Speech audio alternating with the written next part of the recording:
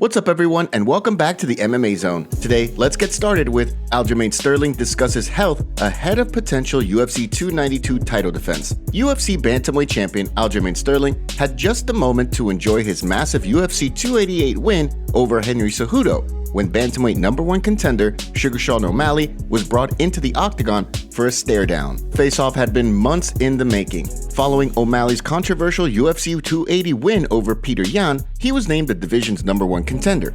Despite that, it took months before Sugar Sean had a clear idea of when he would finally compete for the title. When it was revealed that Triple C, Henry Cejudo, would be ending his retirement and returning to the octagon, it was with the expectation that O'Malley would compete against the winner for the bantamweight title. As O'Malley looks ahead to his crack at the title, it's simply a question of when he and the Funk Master will meet inside the octagon to compete for the belt. This week, the UFC announced that the fight will take place at the TD Garden in Boston on August 19th, just like UFC President Dana White said it likely would at the UFC 288 post-fight press conference.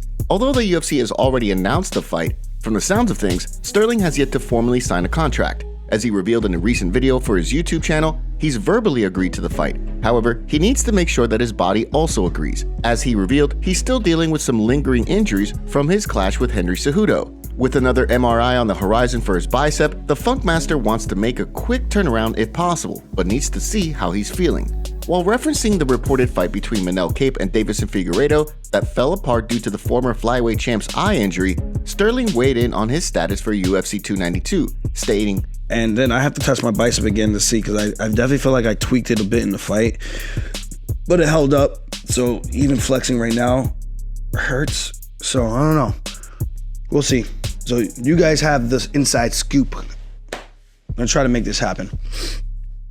This will be a sick, insane turnaround, but where there's a will, there's a way.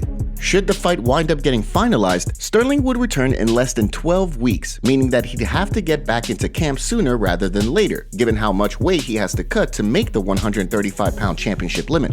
O'Malley was quick to respond in his own YouTube channel, saying that regardless of whether or not Sterling is there, he'll be there ready to fight. Conor McGregor reacts to Francis Ngannou joining the PFL. Former UFC heavyweight champion Francis Ngannou's decision to sign with the PFL has been heavily scrutinized. From the sounds of things, his decision has split the MMA community in two, with some of the mindset that Ngannou has ushered in a new era in modern MMA by parting ways with the UFC and securing a historic deal, and others of the mindset that Ngannou fumbled the bag by not re-signing with the UFC. During a recent interview with Ariel Helwani, the one and only Conor McGregor gave his thoughts on the situation, weighing in on Ngannou's decision by saying, "I'm happy for Francis, first of all, fair play to his stuff, he's done his thing. I still think he should have come to a resolution with the Ultimate Fighting Championship. Who's he gonna fight? Who's he gonna fight that's gonna capture the general public? There's no one. There's no matchup that I can think of, that I can even say to myself that is gonna do big." Of course, one of the biggest parts of Ngannou's contract with the PFL was the guarantee that his opponents would make $2 million to face him, something that was done in order to ensure that the Predator is able to ink a deal to fight someone fans also want to see. Before we find out who Ngannou will compete against in his big return to MMA, however, the Predator will set his sights on competing in boxing, something he hopes to do before the end of the year. With plenty of potential opponents for Ngannou in his boxing debut, it'll be interesting to see what the future holds for the former UFC champion. Before we continue, make sure you give that like button some love, and be sure to subscribe to the MMA Zone for all of the latest news. UFC fight updates. Up next, let's jump into some UFC fight announcements and a big update to the upcoming UFC 289 pay-per-view card. The card, which will take place in Canada next month on June 10th, was supposed to play host to a fight between Hakeem Dawodu and Lucas Almeida. However, Dawodu has been forced out of the fight as a result of a number of things. According to his coach, several factors contributed to his withdrawal. Fortunately, he should be able to return in the near future. Stepping in to fight Lucas Almeida in Dawodu's place is Pat Sabatini, who recently had a 4-fight win streak inside the octagon snapped by Damon Jackson in September. Next up on the calendar, we have a clash on August 12th between Montserrat Conejo Ruiz and Jacqueline Amorim. Ruiz will be looking to bounce back from a 2021 loss to Amanda Lemos, while Amorim will be looking to bounce back from a loss to Sam Hughes in April at UFC 287. Last but certainly not least, we have a clash between Rinya Nakamura and Fernia Garcia on August 26th. The fight will see Nakamura look to keep his undefeated streak alive after winning the 2022 Road to the UFC Bantamweight Tournament back in February, while Garcia looks to snap a 2-fight skid. 3 UFC fighters hit free agency. 3 more fighters have been removed from the UFC's active roster this week. Without further ado, let's dive in and take a look at the fighters who now find themselves as free agents. First up, we have light heavyweight Joseph Holmes. Back in 2021, Holmes picked up a big win on Dana White's Contender Series. However, he wasn't signed to the UFC based on the performance. After then picking up a big win under the Fury FC banner the following month, he signed with the UFC. Since then, he's gone just 1-3, with his most recent fight being a loss at UFC 288 that put him on a 2-fight losing streak. Next up, we have flyweight Mark Climaco, who hadn't actually made his debut for the promotion. With an 8-1 record, Climaco is set to compete on the upcoming Road to the UFC card next weekend, meaning that it could be just a matter of time before he's back on the UFC's official roster. Last but certainly not least, we have flyweight Yi Zha, who competed on last year's Road to the UFC event. Much like Climaco, Zha is expected to compete on next weekend's tournament, where he will potentially earn his way back onto the UFC's roster. It's important to note that just because a fighter has been removed from the UFC's roster doesn't mean they've been actively cut. While that could be the reason, fighters are also removed after they complete their contract. The MMA community goes off on Conor McGregor.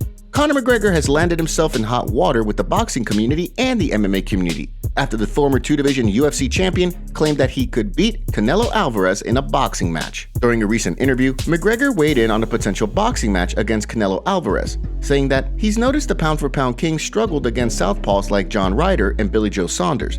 The way he sees things, he'd make light work of Alvarez. I saw Ryder. I'm a southpaw. Ryder was a southpaw. Billy Joe was a southpaw. Yeah. I've seen methods. I've seen things I do, and I know he's waning. Canelo, no problem. Yeah. Considering the fact that McGregor has competed inside of a boxing ring just once, it's no surprise that the boxing community especially took offense to his claims. For his part, McGregor has always claimed that he'd step back into the boxing ring again in the future. First, however, he'll set his sights on a big return against Michael Chandler later this year. With McGregor now back in the USADA testing pool, the pathway is cleared for the former champ to return to the octagon after he completes 6 months of mandatory testing and produces 2 negative tests. 6 months to the date of McGregor's announcement would put his return late in November, with the Irish star confident that he and the UFC will iron out the details in recent weeks during the airing of The Ultimate Fighter Season 31. One of the big negotiating points will surely be what weight the two will fight at. Although the pair have both primarily fought at 155 pounds lately, McGregor has teased fighting as high as 185 pounds, while Chandler previously tried to negotiate himself a fight at welterweight against Jorge Masvidal. During the recent trailer for the season, McGregor and Chandler were seen discussing the weight for the fight, with the Irish star telling the former Bellator MMA champ that he would do whatever he's told. Depending on how things play out later this year, do you think we'll ever see McGregor compete inside a boxing ring again? Today's video was packed with some juicy stories from the fight world. What are your thoughts about what's going on in MMA? Don't forget to smash the like button and subscribe to the MMA Zone to see more videos just like this. See you next time.